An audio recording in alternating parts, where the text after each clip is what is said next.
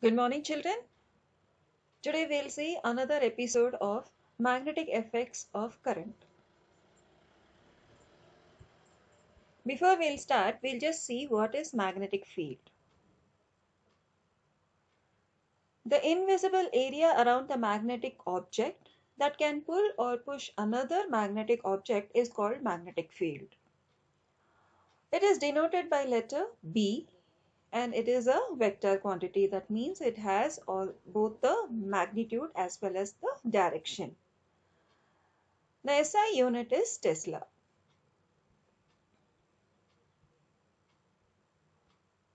Now we'll see the magnetic field around a straight current carrying conductor. Now this is the current carrying conductor and the current is moving in the upward direction.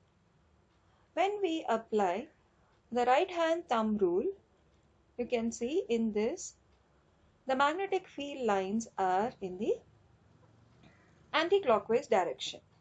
Okay, and similarly when you are applying right hand thumb rule in this conductor, the direction of the magnetic field is in the opposite direction, that is in the clockwise direction.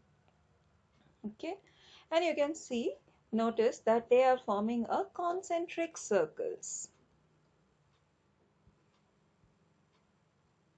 So the magnetic field lines around a straight current carrying conductor is a concentric circle with the center at the center of the axis.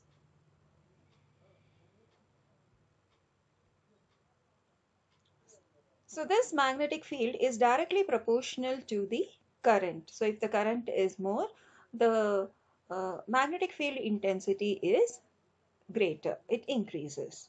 The magnetic field is inversely proportional to the distance between the point and the conductor.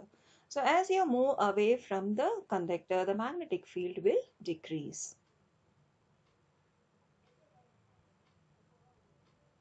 Now we'll see magnetic field around the current carrying coil. And you say this is the coil.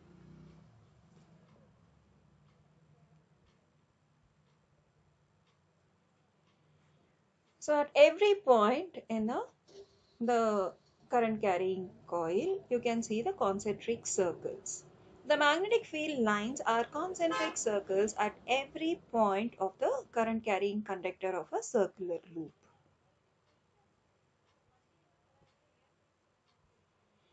The direction of the magnetic field lines can be determined by the right hand thumb rule. So at every point in this circular loop, when you apply the right hand thumb rule, you will get the direction of the magnetic field.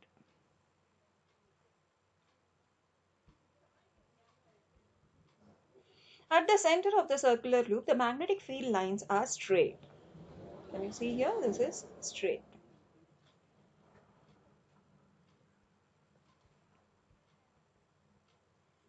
So in this picture, if this loop, the circular loop is connected to the battery, you can see the magnetic field lines around this and they form a concentric circle, and in the center they are straight. That is, the magnetic field lines are uniform.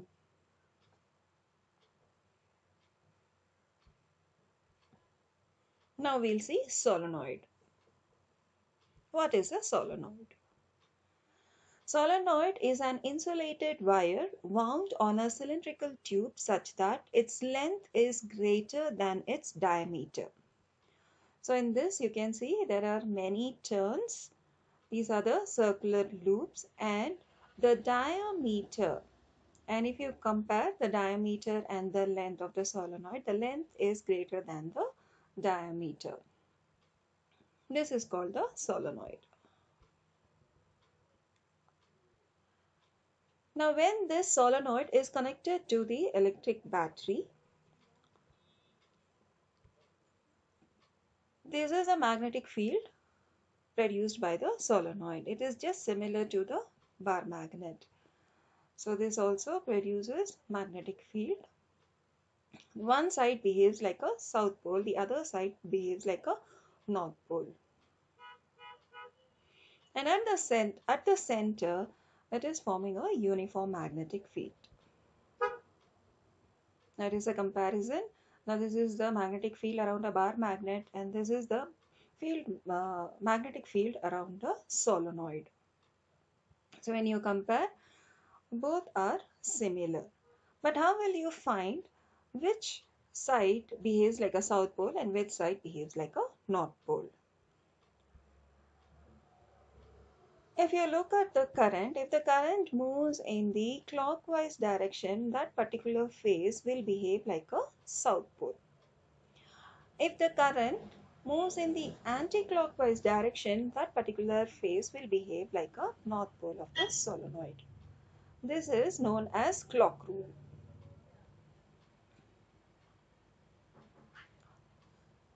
When an observer is looking at the face of the coil, finds the current flowing in anti-clockwise direction, then the face of the coil will behave like a north pole. While if the direction of the current is in the clockwise direction, the face of the coil behaves like a south pole.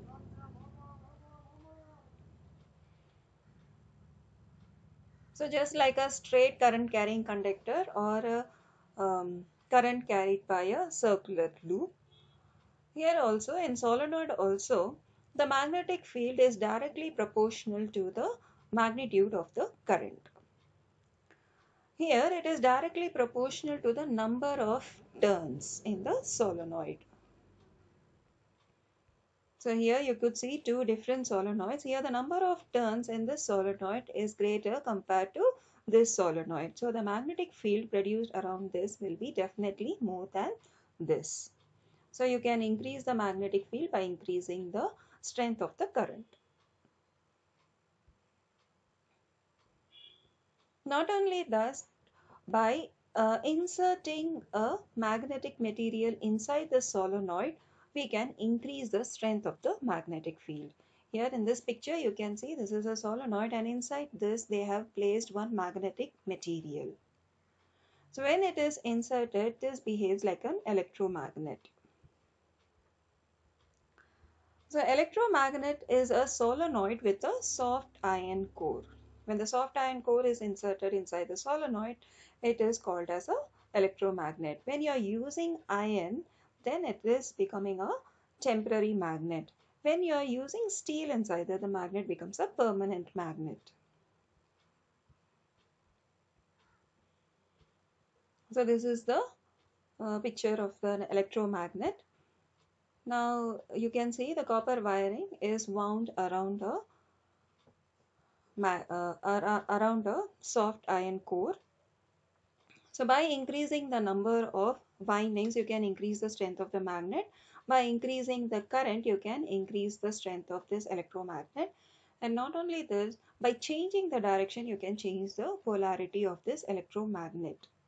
But in the permanent magnet, the polarity remains same and they do not change, and the magnetic field strength also remains the same.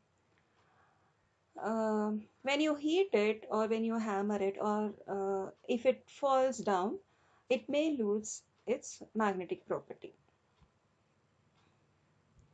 So permanent magnets behave like a magnet at all times. It has weak magnetic field. Its polarity cannot be changed. It may lose its strength when it is heated or hammered. Now we'll see force on a current carrying conductor in a magnetic field. Now can you see the horseshoe magnet? And the magnetic field is in this direction. Okay. In this, we are placing a current carrying conductor which is connected to the battery and key. When the key is pressed, the current will be flowing and the direction of the current is perpendicular to the direction of the magnetic field. At this condition, there will be a force acting on this conductor. Okay.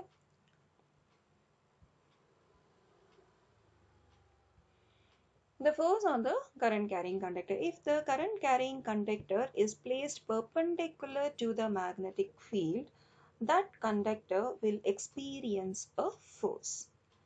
If the direction of the current is reversed, the magnetic poles are reversed. That is, the direction of the force also will be reversed. Suppose in this, the force is acting in the upward direction. If the direction of the current is changed, instead of acting in the upward direction, the force will be acting in the downward direction.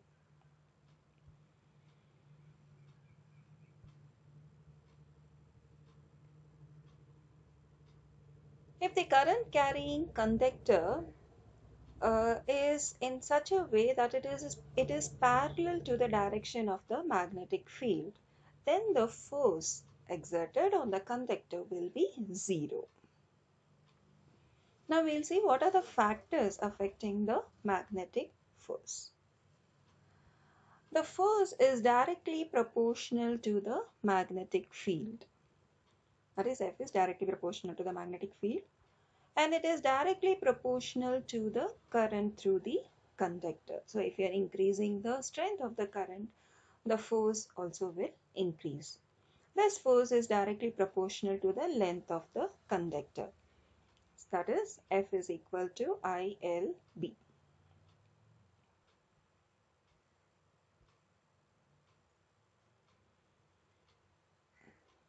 We can find the direction of the force by stretching our left hand fingers, that is the thumb, the forefinger and the center finger, mutually perpendicular to each other. Okay, such that the forefinger points the direction of the magnetic field, the center finger points the direction of the current, then your thumb, which is perpendicular to both magnetic field and the current, will point the direction of the force. Suppose the magnetic field is in x-axis, the current is in y-axis, then the force experienced will be in the z-axis.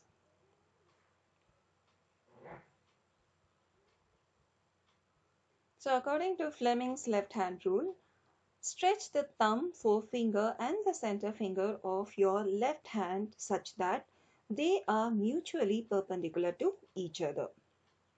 If the forefinger points in the direction of the magnetic field and the center finger points the direction of the current, then the thumb will point in the direction of force acting on the conductor.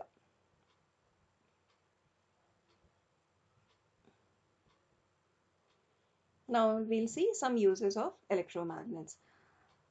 The electromagnets are used in the aviation trains, electric motor, electric generators, and this one is in MRI scans. The full form of MRI is magnetic resonance imaging, to lift the heavy objects. It is also used in the electric bells and also in the loudspeakers. Here is the difference between the permanent magnet and the electromagnets. So permanent magnet is always magnetic. Electromagnets can be turned on or off. So produced by the electric current and magnetic core. The permanent magnet retains its property even when it is not close to the other magnet. The strength cannot be changed in the permanent magnet, but in electromagnet the strength can be increased, so 100 times or 1000 times larger than the permanent magnet, and can be adjusted. The polarity also can be adjusted in the electromagnet. So with this we come to an end, children. Please answer the questions given below.